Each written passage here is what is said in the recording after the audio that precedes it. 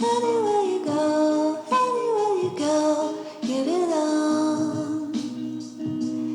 Anywhere you say. Welcome friends, welcome to my channel. मैं हूं आपका दोस्त अमित लालवानी और मैं आपको आज पढ़ाने वाला हूं केमिस्ट्री।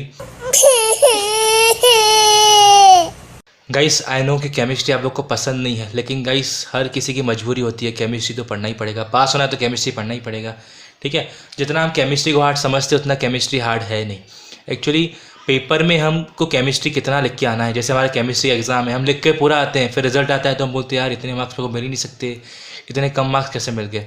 तो गाइस वो होती है हमारी प्रॉब्लम कि हम कभी क्वेश्चन ज़्यादा बड़ा करके लिख के आते हैं, कभी छोटा करके लिखते आते हैं।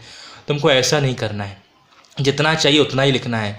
और केमिस्ट्री एक ऐसा सब्जेक्ट है जिसमें लिखना कम पड़ता है और मार्क्स ज़्यादा मिलते हैं।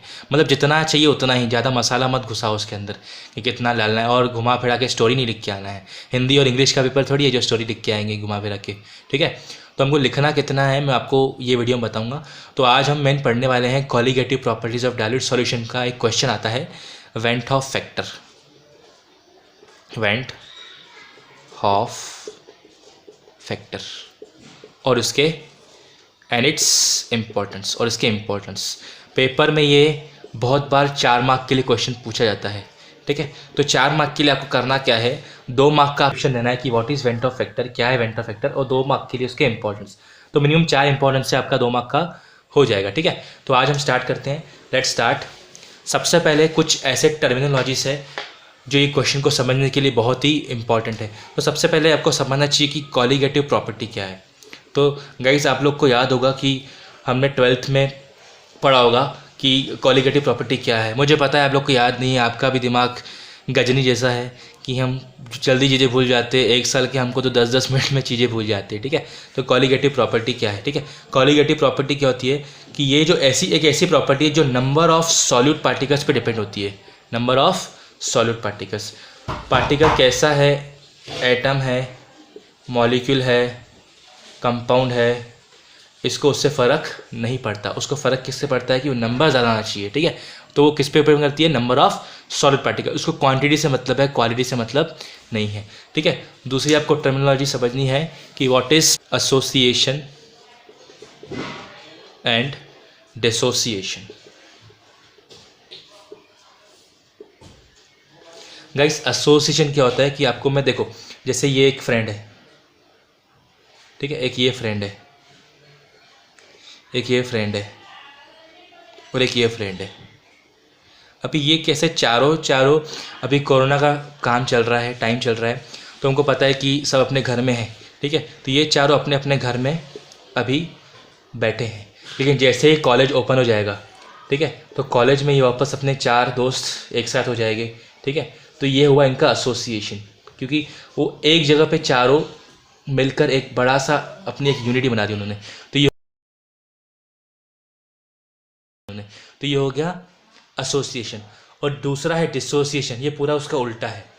जैसे अभी वो कॉलेज में 4 दोस्त आ गए, ठीक है, कॉलेज में ये 4 दोस्त आ गए, और जैसे ही 5 बज जाएंगे तो 5 बजे के बाद कोई लेक्चर नहीं होता है, कोई प्रैक्टिकल नहीं होता है, बच्चे खुशी खुशी हैप्पी हैप्पी अपने घर चल जाते हैं। तो ये है उनका डिसोसिएशन, वापस अपने अपने घर पे वो डिसोसिएट हो गई। वैसे ही अगर हम पार्टिकल्स की बात करें, ठीक है, अब मैं ये केमिस्ट्री की लैंग्वेज में बताता हूँ आपको, ठीक है, कि एसोसिएशन क्या है, ठीक है, एसोसिएशन और डिसोसिएशन क्या है, ठीक है। अब देखिए गाइस, जैसे ये पार्टिकल्स है, ठीक है, ये पार्टिकल्स बहुत सारे यहाँ ऐसे ऐसे पार्टिकल्स है, ठीक है। तो ये जाके बहुत बड़ा सा एक मॉलिक्यूल बनाएंगे जिसमें एकदम सब एसोसिएट हो जाएगी, ठीक है। तो ये उनका एसोसिएशन, ठीक है। दूसरी लैंग्वेज डिसोसिएशन की बात करते हैं हम लोग, डिसोसिएशन, ठीक है। डिसोसिएशन में क्या होगा, जैसे ये एक बड़ा सा मॉलिक्यूल है, ठीक है, जिसके अंदर बहुत सारे ये सॉलिड पार्टिकल्स है, तो ये टूट के वापस ऐसे टूट टूट के अलग अलग जगह फैल जाएगी, ठीक है। तो इसको हम बोलेंगे डिसोसिएशन। आई होप कि ये 2 कंसेप्ट आपको समझ में आए हो, ठीक है। So guys let's start, topic start करते हैं, ठीक है। Went Hoff factor, went Hoff factor, ठीक है। तो गाइस ये क्या करता है, ये मेज़र करता है deviation of observe value of colligative property from its normal value. ठीक है, तो ये करता है कि observe value of colligative property से डिटरमाइन करता है नॉर्मल कॉलिगेटिव प्रॉपर्टी। ठीक है, फॉर एग्जांपल कि जैसे normal value of colligative property 10 है, लेकिन कुछ टाइम के बाद हमने देखा तो कॉलिगेटिव प्रॉपर्टी हो गई 8, तो ये चेंज हुआ, मतलब 10 का सीधा 8 हो गया, तो 2 का डेविएशन हुआ। तो ये डेविएशन हमारा मेजर करता है वेंट ऑफ फैक्टर, और इसको डिनोट करते हैं हम आई से, I for went Hoff factor. ठीक है, तो हम इससे मेज़र करेंगे कि क्या डेविएशन हुआ है, कितना चेंज हुआ है, क्या चेंज हुआ है। ठीक है, ठीक है, तो इसका एक फार्मूला है, i equals to observe value of colligative property upon normal value of colligative property. ये एक फार्मूला है जिससे हम वेंट ऑफ फैक्टर आई निकाल सकते हैं। ठीक है, फॉर एग्जांपल हमारा नॉर्मल वैल्यू कितना था 10, ठीक है, और ऑब्जर्व कितना आया 8, तो इसका अगर आप आंसर निकालेंगे तो 0.8। ठीक है, ये हमारा रहेगा i, that is van't Hoff factor. ठीक है, सो गाइस दूसरा, अगर हम वेंट ऑफ फैक्टर की अगर हम इन टर्म्स ऑफ मॉलिक्यूलर वेट बात करें, इन टर्म्स ऑफ मॉलिक्यूलर वेट, ठीक है, तो इन टर्म्स ऑफ मॉलिक्यूलर वेट की बात करेंगे जो, तो कॉलिगेटिव प्रॉपर्टी होती है ना, कॉलिगेटिव प्रॉपर्टी वो मॉलिक्यूलर वेट को इन्वर्सली प्रोपोर्शनल है। मतलब कि जो हमारा फॉर्मूला हमने पढ़ा वो पूरा उल्टा हो जाएगा। ठीक है, वो पूरा फॉर्मूला उल्टा हो जाएगा। वो फॉर्मूला क्या हो जाएगा कि normal molecular weight of solute upon observe molecular weight of solute, वो ऐसे हो जाएगा, पूरा फॉर्मूला उल्टा हो गया। ठीक है, और in terms of colligative property, जैसे we know that delta T B is the elevation in boiling point, okay, delta T F is the depression in freezing point. ठीक है, pi is the osmotic pressure, okay, then delta P it's the lowering of vapour pressure. तो इसको भी हम van't Hoff factor के terms में लिख सकते हैं। आई विल शो यू कैसे इनको डिनोट करना है। ठीक है, तो let's start. Delta T B I equals to delta T B observe upon delta T B normal, okay, equals to delta T F observe upon delta T F normal. ठीक है, और लिख सकते हैं अपन पाई मतलब osmotic pressure observe upon pi normal osmotic pressure. ठीक है, और डेल्टा पी नॉर्मल मतलब lowering of vapour observe upon delta P normal, that is lowering of vapour pressure.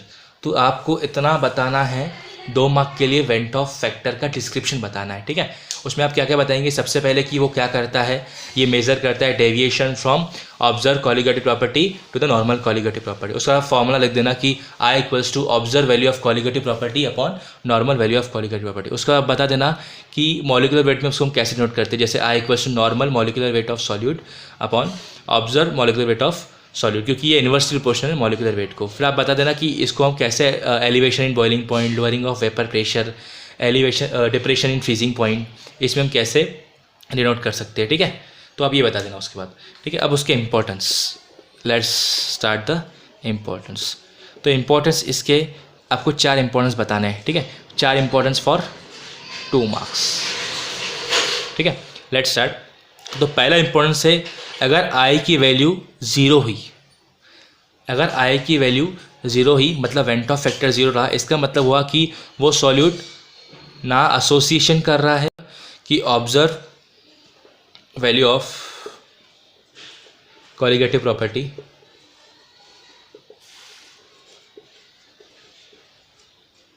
Equals to normal value of colligative property.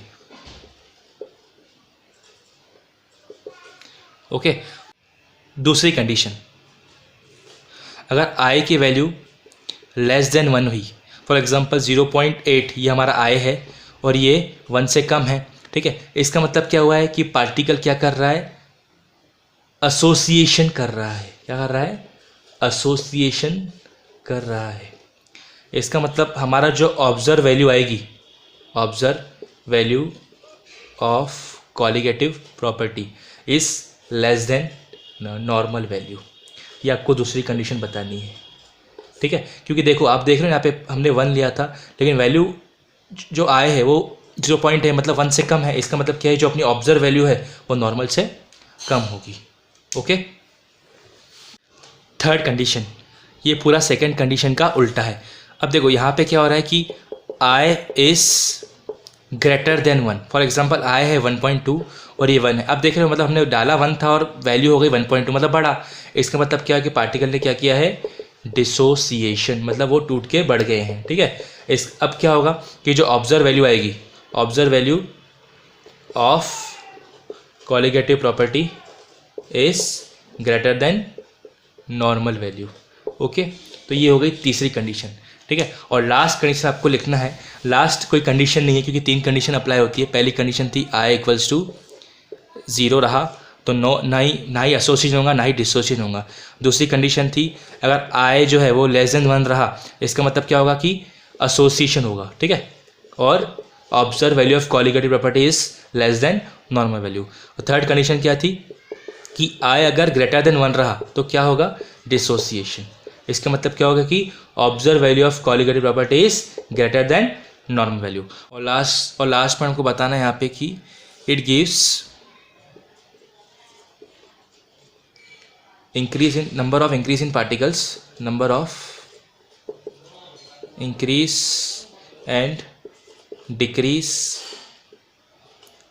in particles, मतलब particles कितने decrease हो रहे हैं और कितने इंक्रीज हो रहे हैं।